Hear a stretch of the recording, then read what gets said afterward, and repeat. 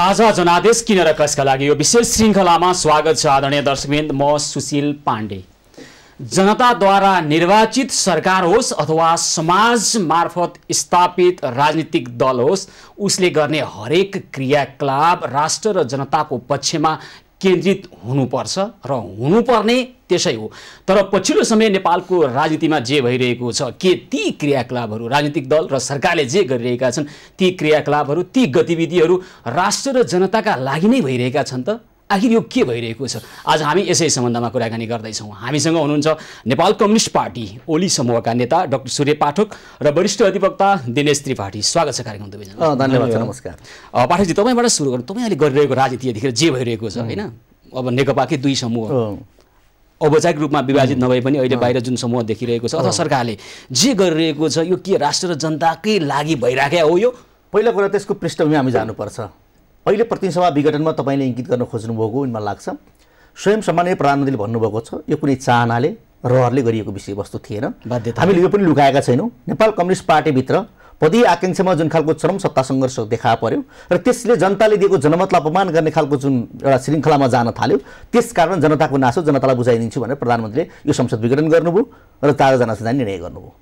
त्यो नासो बुझाउँदै गर्दा त्यसको एउटा प्रक्रिया होला, देश संविधान अनुसार चल्ला भनेपछि संविधान पटक्कै हेर्नु हुँदो रहेछ है प्रधानमन्त्रीज्यूलाई? संविधान छ भन्ने जानकारी छ होला नि? त्यस्तो लाग्न सक्ला। यसको बारेमा सम्मानित सर्वोच्च अदालतमा बहस छ। सर्वोच्च अदालत भन्दा पनि संविधान इजलासमा बहस छ। यसका पक्ष र विपक्षमा त्यहाँ बहस आफ्नो ठाउँमा छ, हाम्रो बहस हाम्रै ठाउँमा छ हैन। म अहिले अदालतमा बहस गर्न उपस्थित भएको छैन। म तपाईको टेलिभिजन राजनीतिक कुरा गर्न उपस्थित भएको। त्यही राजनीतिक प्रश्न। त्यसका राजनीतिक रूपमा भोलि अदालतले के फैसला गर्छ अथवा मतलब संवैधानिक रूपमा के फैसला गर्छ त्यसबेला हामी बहस गरौँला। तर अहिले विशुद्ध यो संविधान इजलासमा प्रवेश गरेको विषय छ। यसका पक्ष र विपक्षमा बहसहरू भएका छन्। त्यसकारण अब हामीले 1-2 हप्ताभित्र अदालतले जे फैसला गर्छ त्यसलाई शिरोधार्य गरेर हामी अगाडि बढ्छौँ। वरिष्ठ अधिवक्ता दिनेश त्रिपाठी। दिनेशजी, अब यो मुलुकमा अहिले जे भइरहेको छ नेपालको राजनीतिमा होइन, यो भइराखेका गतिविधिलाई हेर्ने हो भने राजनीतिक दर्शनको आधारमा, संवैधानिक नैतिकताको आधारमा, संवैधानिक प्रावधानकै आधारमा र मानिसको एउटा सामान्य प्राकृतिक जीवन दर्शनकै आधारमा हेर्ने हो भने पनि नेपालको राजनीति के नेपालको राष्ट्र, नेपाली जनताका दुःख समस्या सम्बोधन गर्नका निमित्त भइराखेको छ कि कसैको व्यक्तिगत लाभ हानिको लागि, कसैको कुण्ठा र अहमता सम्बोधन गर्नको लागि भइरहेछ? के भइराखेको छ यो? अब नेपालको राजनीति अहिले जनता केन्द्रित छैन, नागरिक केन्द्रित छैन। अब अहिले यो सिम्पली के हो भने यो सत्ता केन्द्रित राजनीति हो।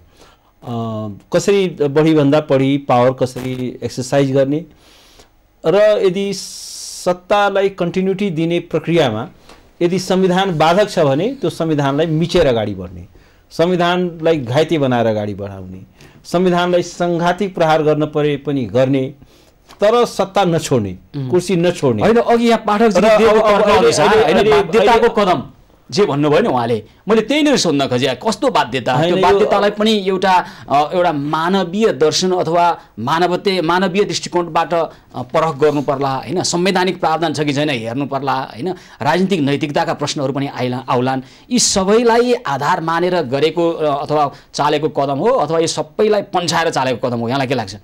होइन, पहिलो कुरा त यो बाध्यतालाई संविधानले चिन्दैन।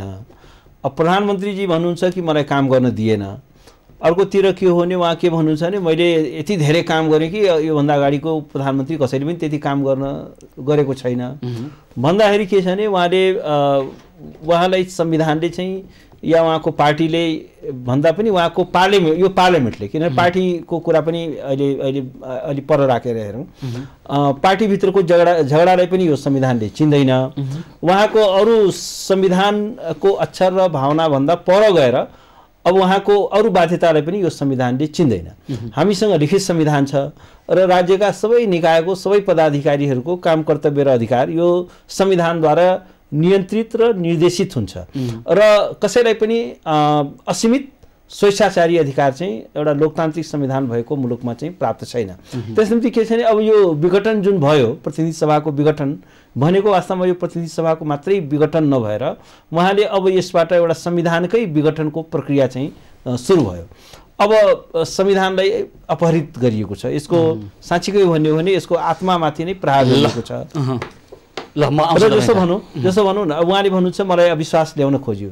अविश्वास त 2 वर्षसम्म पार्लियामेन्टले ल्याउन पाउँदैन संविधानको धारा 100 अनुसार। 2 वर्षसम्म चाहिँ पार्लियामेन्ट चाहिँ चुप लागेर बस्यो, त्यो पनि अविश्वास ल्याइसकेका पनि थिएन। त ल्याउन पाउने त पार्लियामेन्ट्री डेमोक्रेसीको त एउटा बेसिक फिचर हो नि। पार्लियामेन्टका प्रति प्रधानमन्त्री चाहिँ एकाउन्टेबल हुनुपर्छ, संविधानको धारा 76(10) अनुसार पनि। र कुनै पनि पार्लियामेन्ट्री डेमोक्रेसीको त्यो एउटा कार्डिनल प्रिन्सिपल नै के हो भने प्रधानमन्त्रीले तबसम्म मात्रै पावर होल्ड गर्न सक्छ जबसम्म ऊ पार्लियामेन्टमा आफ्नो मेजोरिटी चाहिँ इन्जोय गर्छ। जब so long he enjoy the confidence of the house. Once he lose the confidence of the house, he has to go home. Very simple. तर उहाँले के गर्नुभयो भने अब 2 वर्षसम्म अविश्वास आउन सक्दैन थियो संविधान बमोजिम, तर 2 वर्षपछि अब अविश्वास आउला कि भनेर उहाँले प्रतिनिधि सबै विघटन गरिदिनु हो। अब यो कसरी कुन चाहिँ संविधानले यसलाई चाहिँ समर्थित गर्छ? ल पाठकजी, अहिले यहाँ त्रिपाठीजीले भनेअनुसार अहिलेको यो कदम प्रतिगामी, स्वेच्छाचारी, मनलाग्दीपन, सत्तामा टिक्नको लागि गरेको कदम यो राष्ट्र जनताको लागि होइन। त्रिपाठीजीले यो कुरा त अदालतमै बहस गरेर आउनुभएको छ। आज तपाईँले अर्को पनि मौका दिनुभयो, अदालतमा सायद टाइम पनि कम थियो होला, उहाँले के बहस गर्नुभयो के भन्नुभयो भन्ने कुरा उहाँहरूको दृष्टिकोण प्रश्नै आएको छ। एउटा कुरा मैले बुझ्न सकेको छैन, यो प्रतिगमन कदम हो भन्नुहुन्छ। प्रतिगमन भनेको के हो? प्रतिगमन भनेको मेरो बुझाइ के हो भने तपाईले जुन एजेन्डाहरू संस्थागत गर्नुभयो, जुन विषयहरू संस्थागत गर्नुभयो संविधानमा, जुन मुद्दाहरू संस्थागत गर्नुभयो या तपाईले जुन चिज फालेर आउनुभयो त्यही चिजमा फर्किने कुरा प्रतिगमन हो। नेपालको संविधानले 4 कुराको परिकल्पना गरेको छ, हामी सबैलाई थाहा छ। एउटा गणतन्त्र, एउटा धर्मनिरपेक्षता, एउटा समावेशी समानुपातिक प्रतिनिधित्व प्रणाली र अर्को भनेको संघीय शासन प्रणाली। यो 4 एजेन्डा चाहिँ कहाँ भत्क्यो? निरङ्कुश प्रधानमन्त्रीको परिकल्पना गरेको छ। व्यक्तिगत रूपमा आरोप लगाउने कुरा बेग्लै, तर यो 4 एजेन्डा कहाँ भत्केर कसरी प्रतिगमन हुन्छ? एउटा प्रतिनिधिसभा विघटन गर्ने कुरा प्रतिगमन हुन्छ? प्रतिगमन भनेको त्यो 4 वटा कुरा मात्रै होइन कि हामीले मुलुक चलाउनको लागि संविधान बनाएको। नेपालको संविधान मुलुक चलाउनलाई संविधान बनाएको होइन, यो मुलुक संविधान अनुसार चल्नुपर्ने होइन। तर संविधानमै नभएको प्रावधानमा उल्लेख गरेर उहाँले संसदको विघटन गर्नलाई कसरी मुलुक चाहिँ संविधान अनुसार चल्यो भन्ने हामी किन धेरै लामो बहस गर्ने? यो त संविधान इजलासलाई छाड्दिउँ, यो बहस भइराखेकै छ। संविधान इजलासमा यही कुरा हामीले संविधान इजलास किन गठन गरेको? संविधानमा यस्ता खालका मुद्दाहरूमा बहस हुनुपर्छ। अनि अब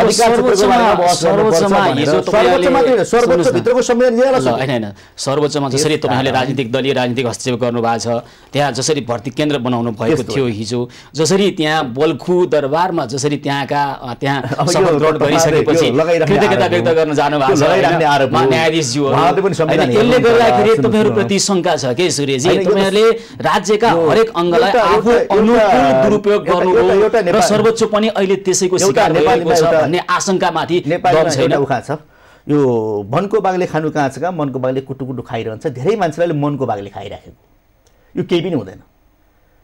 के हुन्छ? अदालतले फैसला गर्यो, निर्वाचन हुन्छ, अदालतले पुनर्स्थापना गर्यो, पुनर्स्थापना जान्छ।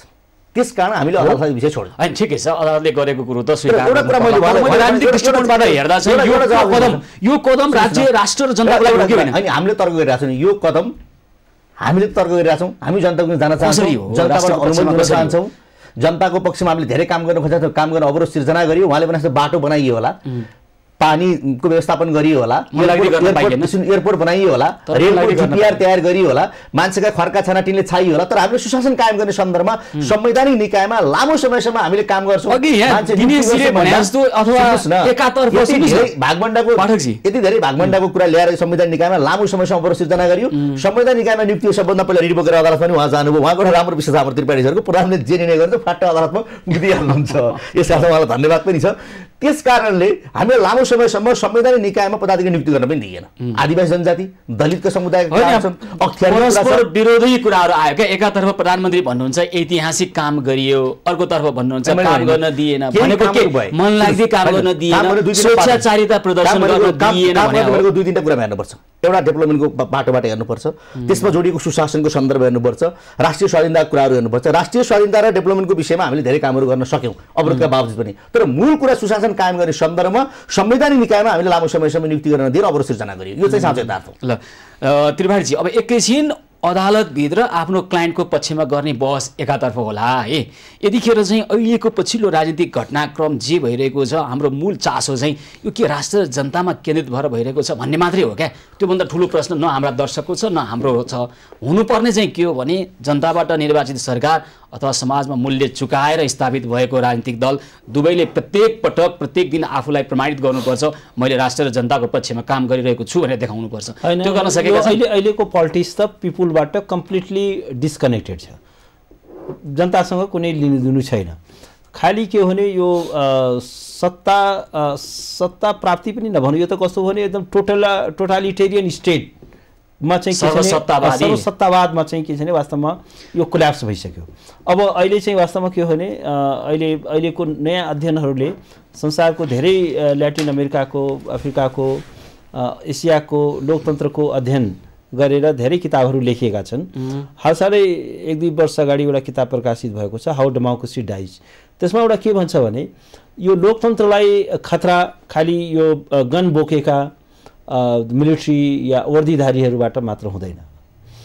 यो अहिलेको नयाँ फेनोमेना के देखिन्छ भने यो जनताको चाहिँ भोट लिएर आएर एकदम पपुलिस्ट। तपाईँले कुन चस्माले हेर्दाखेरि ओलीजीको यो कदमलाई सर्वसत्तावादी देख्नुहुन्छ? अब उहाँकै कुरा गर्ने हो, लोकतन्त्रको लागि जेल परेको उहाँले हैन सर्वसत्तावादी यस कारण हो। पहिलो कुरा त उहाँले यो पार्लियामेन्ट्री डेमोक्रेसी हामीले भन्यौँ संविधानको धारा 74 मा पार्लियामेन्टलाई उहाँले कम्प्लिट चाहिँ के छ भने डिफङ्क्ट बनाउनु हो, त्यसलाई कुनै बिजनेसै दिनु भएन। हिउँदे अधिवेशन पनि के छ भने त्यसलाई अन्त्य गरियो, वर्षे अधिवेशन पनि हठात अन्त्य गरियो, 6 महिना पछि हाउस बोलाउनु पर्ने बेलामा त्यसलाई चाहिँ उहाँले डिजल्भ गरिदिनु हो। अर्को कुरा के हो भने यो एउटा उहाँ चाहिँ के छ भने पार्लियामेन्टका प्रति उहाँ चाहिँ एकाउन्टेबल हुन चाहनु भएन र उहाँलाई के लाग्यो भने कि यदि पार्लियामेन्टले मलाई भोटेड आउट गरिदिन्छ, मलाई चाहिँ फालिदिन्छ भन्ने लाग्ने बित्तिकै त्यो पार्लियामेन्टै उहाँले डिजल्भ गरिदिनु हो, जबकि त्यो पाइँदैन। त्यसकारण के छ भने यो एउटा निर्वाचित निकायको मातहतमा त्यसको निगरानीमा लोकतन्त्र यो पार्लियामेन्ट्री डेमोक्रेसी भनेकै के हो भने पार्लियामेन्टको निगरानीमा चाहिँ प्रधानमन्त्री रहने हो, प्रधानमन्त्रीको निगरानीमा को नियन्त्रणमा चाहिँ पार्लियामेन्ट रहने होइन। त्यसको ब्युटी के हो भने प्रधानमन्त्री चाहिँ संसदका प्रति एकाउन्टेबल हुन्छ, त्यसको प्रत्यक्ष निगरानी र प्रत्यक्ष निर्देशनमा काम गर्छ।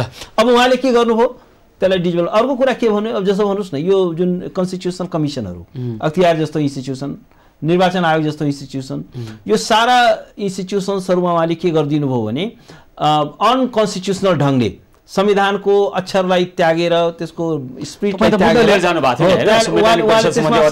अब त्यसपछि के हो भने त्यो कम्प्लिट अब स्टेट चाहिँ वास्तवमा क्याप्चर भइसक्यो। किनभने अब सत्ता कब्जा एकदमै त्यो त स्टेटै क्याप्चर हो। सत्ता त प्रधानमन्त्री भएपछि पनि सत्ता त पुगिहाल्यो, तर स्टेट क्याप्चरिङ भनेको त्योभन्दा वाइडर कुरा हो। राज्य नै कब्जा भयो र अब के छ भने तपाईको चाहिँ डिसेन्टलाई अब कुनै त्यहाँ भइस हो। किनभने अब कस्तो हुन्छ भने त्यो अख्तियार जस्तो इन्स्टिट्युसनमा उहाँले कब्जा जमाउनु हो। अब उहाँका जुन सुशासनको कुरा गर्नु हो नि, अब उहाँका जुन चाहिँ के छ आसेपासेहरू छन् उनीहरूले गरेका अर्बौं रुपियाँको भ्रष्टाचार त्यो सबैले उन्मुक्ति पाउँछ र त्यसपछि आफ्ना राजनीतिक विरोधीहरूले सबैलाई चाहिँ के छ भने अख्तियारले पुर्जी काट्छ।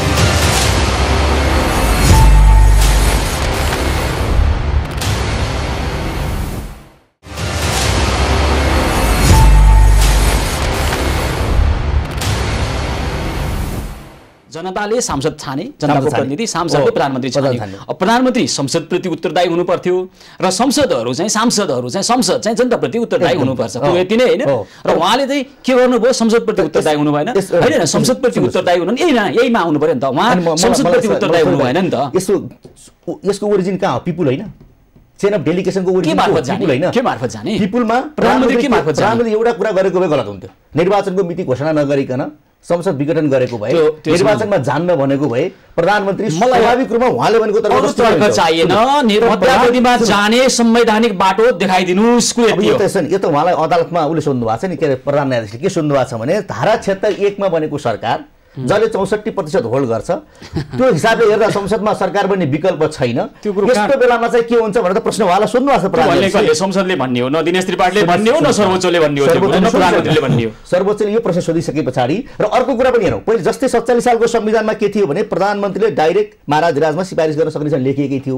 तर अहिलेको संविधानको एउटा धारामा सायद 85 जस्तो लाग्छ, त्यहाँ पनि के छ भने संसद 5 वर्षभन्दा पहिला पनि विघटन हुन सक्छ भन्ने परिकल्पना गरिएको छ नि त। पहिला महाराजलाई भन्नु पर्थ्यो, अहिले आफै महाराज भने हुन्छ होइन। त्यसकारणले संसद 5 वर्षभन्दा पहिला विघटन हुन्छ भन्ने परिकल्पना छैन संविधानमा। त्यो किन राखेको? लेख्नु पर्छ नि, संविधानमा 5 वर्ष मध्यावधि निर्वाचन घोषणा गर्न पाइँदैन यो लेख्नु पर्थ्यो क्या संविधानमा। किन 5 वर्षभन्दा पहिला विघटन परिकल्पना गरेको संविधानमा त्यसरी लेख्दैन। ड्राफ्ट्सम्यानको पनि ड्राफ्टिङको पनि एउटा स्किल हुन्छ। र एउटा कुरा के हो भने 85(1) भनेको जसलाई टेकेर विघटन गरिएको छ त्यो भनेको चाहिँ के छ भने पार्लियामेन्टको अधिकारको धारा हो। त्यसले के भन्छ भने प्रतिनिधि सभाको कार्यकाल 5 वर्ष हुनेछ भनेपछि पार्लियामेन्टको जुन टर्म हो त्यसलाई टेनरलाई फिक्स गरिदियो 5 वर्ष। अब आगामी भन्नाले आगामी विघटन भनेपछि एउटा कुरा के भने यो संविधान बमोजिम बाहेक विघटन हुन सक्दैन। संविधान बमोजिम विघटन हुनलाई एउटा मात्रै परिकल्पना, एउटा मात्रै इमर्जेन्सी डोर यो संविधानले के राख्यो भने 76(7) को जुन इमर्जेन्सी डोर हो त्यो चाहिँ के हो भने 76(5) को प्रधानमन्त्रीले प्रयोग गर्यो। 76(5) को प्रधानमन्त्री भनेको के हो भने एक पछि अर्को विकल्प रित्याउँदा पनि सरकार बन्नै सकेन भने 76(7) भनेको चाहिँ वास्तवमा पार्लियामेन्टको चाहिँ एउटा मृत्युवरणको धारा हो। त्यो भनेको चाहिँ एउटा इमर्जेन्सी डोर हो। किनभने अब पार्लियामेन्टले यदि काम नभनौँ, पार्लियामेन्टले जति गर्दा पनि सरकार बनाउन सकेन, बहुमतको सरकार पनि बन्न सकेन, कोलिसन गभर्मेन्ट पनि बन्न सकेन, लार्जेस्ट पार्टीको सरकार पनि बनेन। एउटा व्यक्तिलाई पनि त्यो अपर्च्युनिटी दिने भनेको छ। अर्थात् के छ भने यो संविधानको परिकल्पना के हो भने पार्लियामेन्टलाई विघटन गर्ने कुरालाई असम्भव तुल्याइएको छ। त्यसनिम्ति के हो भने अहिलेको संविधान यदि त्यो भएको भए अहिले उहाँका सरकारी वकिलहरूले बहस के गर्दैछन् भने अलिखित संविधान चाहिँ लिखित बनाउने अनि अलिखित धाराहरूको आधारमा चाहिँ प्रधानमन्त्रीले सार्वभौम सत्ता जनतामा होइन प्रधानमन्त्रीमा निहित छ। र नेपालको संविधानले जङ्गबहादुर बन्ने अधिकार अब संविधानको अलिखित धारालाई प्रयोग गरेर प्रधानमन्त्रीले गलत बसमा संसदमा बहुमत होल्ड गर्ने प्रधानमन्त्री त्यति बेलासम्म जति बेला संसद त्यति बेला केपी शर्मा ओली नै हुनुहुन्थ्यो कि अरू कोही हुनुहुन्थ्यो? 64% को विकल्प कति पर्सेन्ट सरकार बन्छ संसदमा मलाई भन्दैन नि त। कति पर्सेन्ट? म अलिकति भनिदिउँ ल। यो प्रश्न मलाई सोधिएको तपाईँ ठिक हुनु। मेरो जवाब कोर्टमा के थियो भने मैले भने ठिक छ प्रधानमन्त्रीजीसँग 64% भोट छ भने उहाँले के भन्दै हुनुहुन्छ मलाई अविश्वासको प्रस्ताव ल्याइँदैछ। तपाईसँग अलरेडी 64% बहुमत छ भने तपाईले विश्वासको मत लिन सक्नुहुन्छ। अविश्वासको प्रस्ताव आएको छ भने तपाईले 5 मिनेटमा फेल गराउन सक्नुहुन्छ।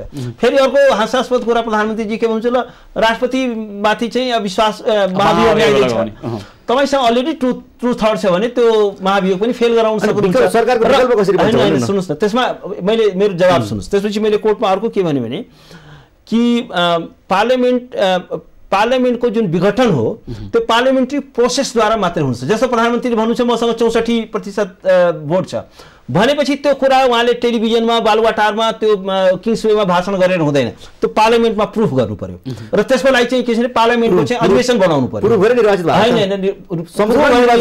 होइन। सुन्नु त्यो चाहिँ जुन 3 वर्ष अगाडि निर्वाचित भयो 3 वर्ष पछाडि 64% बन्नुहुन्छ। त्यो पुष्पकमल दाहालले आफ्नो फिर्ता लिइसके, माधव नेपालको पनि त भोट छ नि, माधव नेपालले फिर्ता लिइसके। अनि 64% मेरो छ भनेर तपाईले अघि भन्नु भने संविधानले बाटो कदम चिन्दैन भने संविधानले 3.5 मा दर्ता अविश्वास प्रस्ताव चिन्दैन नि हजुर। हैन चिन्दैन, तर उहाँलाई तपाईले अघि मलाई एउटा कुरा भन्नु दिने सर, बहस गराउनु। उहाँले मलाई के भन्नु भने संविधानले प्रधानमन्त्रीको पार्लियामेन्टमा उहाँले विश्वासको मत दिनु पर्यो नि त। संविधानले पनि 3:30 बजे दर्ता गरिएको, त्यो पनि सभामुखले 10:30 बजे भनेर कृत्य ढङ्गले लेखेको अविश्वास प्रस्तावमा चिन्छ र संविधानले। पाठकजीले के प्रमाणित गर्न खोज्नु भएको? यसको लागि के हो भने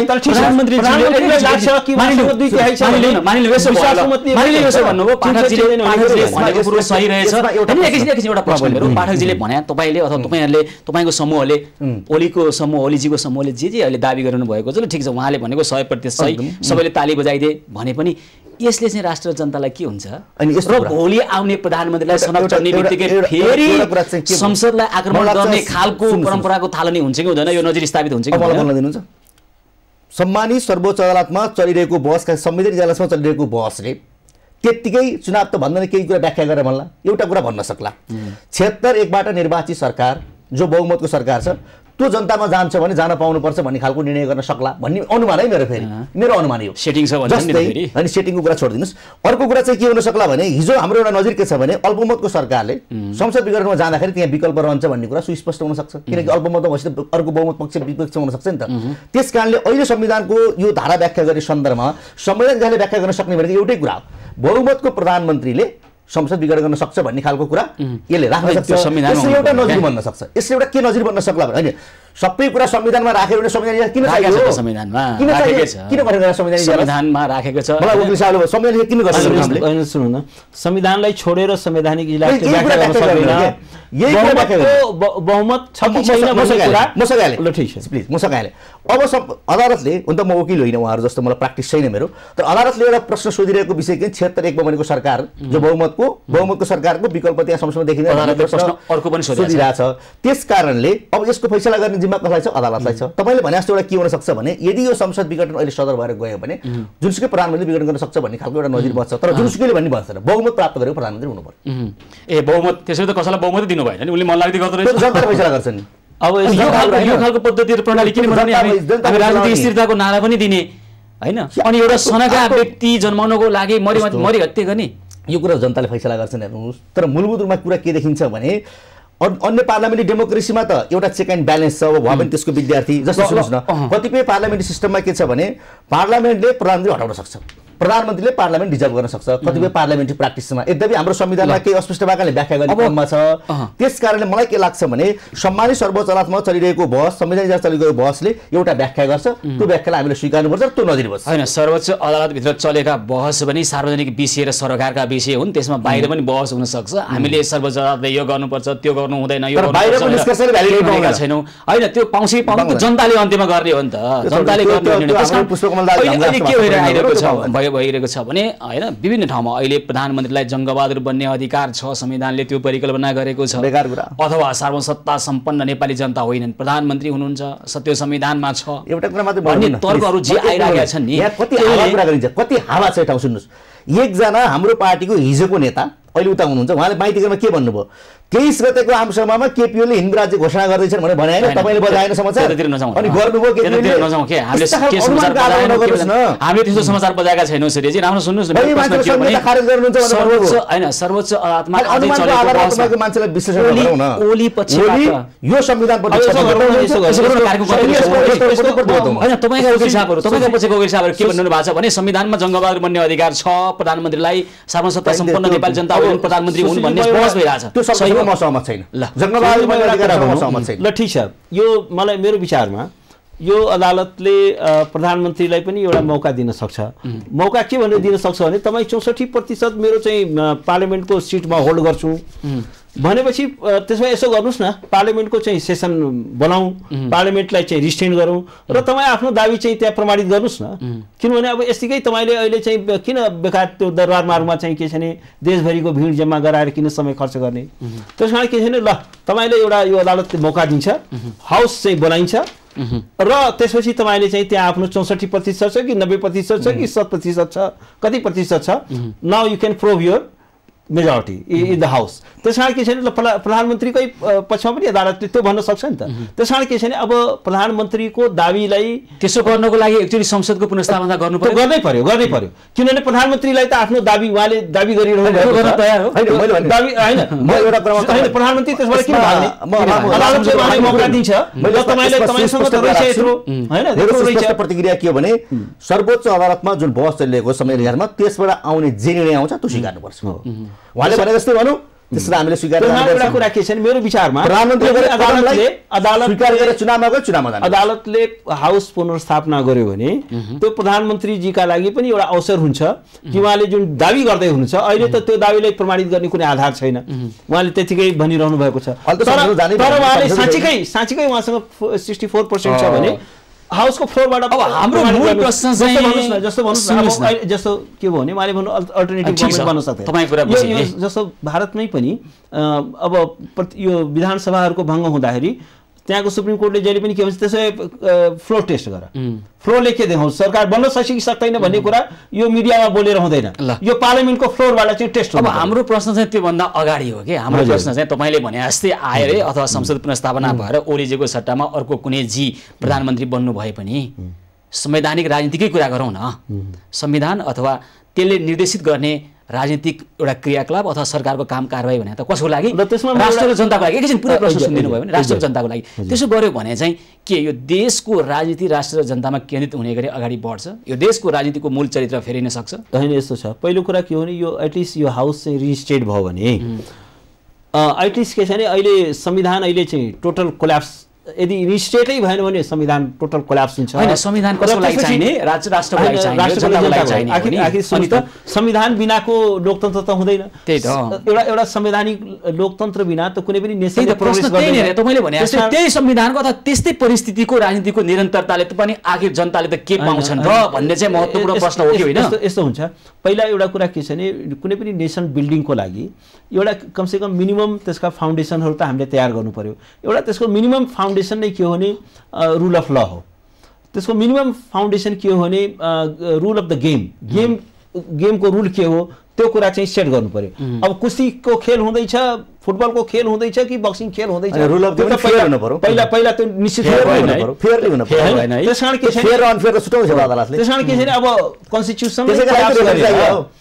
कन्स्टिट्युसनलाई कन्स्टिट्युसन कोल्याप्स गराउनुको मतलब स्टेट कोल्याप्स गराउनु हो त्यो स्टेट फेलर हुन्छ त्यसकारण अहिले चाहिँ के छ भने ह्युज ड्यामेज भएको छ त्यसलाई एउटा चाहिँ ड्यामेज मिटिगेसनको एउटा स्ट्राटेजी चाहिँ यो हाउस रिस्टेट हो त्यो स्टेट भयो भने त्यसभन्दा अगाडिको चाहिँ के हो भन्ने प्रश्न हाम्रो अहिलेदेखि नै हो त्योभन्दा अगाडि चाहिँ कस्तो हैन अब यस्तो छ हाउस चाहिँ रिस्टेट हुने बित्तिकै एकैचोटी राम राज्य हुन्छ हैन त्यसको निरन्तर हैन प्रस्थान बिन्दु त हुनु पर्ला हैन एउटा कुरा हजुरलाई निवेदन अब अफ कोर्स के छ नि उहाँको एउटा कुरा चाहिँ यो जसले तपाईको प्रतिगमन भन्ने कुरा गरिरहनु भएको छ उहाँहरु अहिले पनि 59 सालमा हुनुहुन्छ यो 59 साल होइन यो कति साल हो तपाईले गरे प्रतिगमन चाहिँ प्रतिगमन कति साल हो भन्नुस् त अरूले गरे प्रतिगमन चाहिँ प्रतिगमन हो होइन कि 78 हामी 78 मा छौं किन त्यसकारण हिजो के थियो हिजो ज्ञानेन्द्रले टेक ओभर गर्ने बेलामा हामीसँग कुनै पनि डेमोक्रेसी फंक्सन थिएन राम्रो स्थानीय तह थिएन प्रदेश थिएन अरु कुरा थिएन राष्ट्रपति थिएन केही पनि थिएन अहिले के छ हामीसँग सबै छ एउटा नभएको प्रतिनिधि सभामा 275 जना हामी जस्तो जागिरी मान्छे छैन भए अब हामी के हुन्छ फेरि निर्वाचित भएर आउनु पर्यो यही हैन कुरा अनि यो हुँदा संविधान कहाँ भत्किन्छ स्थानीय तह भंग गरेको भए संहिता खारेज गरेको भए धर्मनिष्ठता उडाइदिएको भए गणतन्त्र उडाइदिएको भए तपाईको संविधान प्रतिगमन भयो भन्न मिल्थ्यो अनि कस्तो खालको तर्क हो यो खाली 59 मा ज्ञानेन्द्रले चाहिँ तपाईको एकपटक लिए भनेर अहिले पनि त्यही 59 सालमा अब यो प्रतिगमन हैन यो जनगमन हो जनतामा जाने कसरी प्रतिगमन हुन्छ हैन सूर्यजीको प्रश्न बाँकी नै छ हिजो ज्ञानेन्द्र शाहले पनि त जनतामा जाउँ भनेको थिए नि त जनतामा गएर तपाईले दुई त्यही ल्याइदिए भए भइहाल्थ्यो तर यस्तो त्यो हिजोको राजको यो डेमागोजहरुले एउटा कुरा डेमागोजहरुले यस्तो तर्कहरु जनतामा जाउँ म जनताप्रति प्रतिबद्ध यो कुरा होइन पहिलो कुरा के छ भने संविधानलाई त्यागेर संविधानलाई ध्वस्त गरेर त्यो इलेक्सनले त्यसको सल्युसन दिदैन इलेक्सन पनि त पिरियोडिक इलेक्सन हुनु पर्यो नि संविधान सम्मत हुनु पर्यो नि अन्त्यतिर छौं कार्यक्रमको ल त्यसो हो नि के त भने अब के गर्नु त मैले भने जस्तो संसदको पुनर्स्थापना गरेर पनि हाम्रो प्रश्न अझै बाँकी नै छ मूल चरित्र फेरिनु पर्यो नेपालको राजनीतिको तब मात्र राष्ट्र राजनीति जनताको लागि केन्द्रित हुन्छ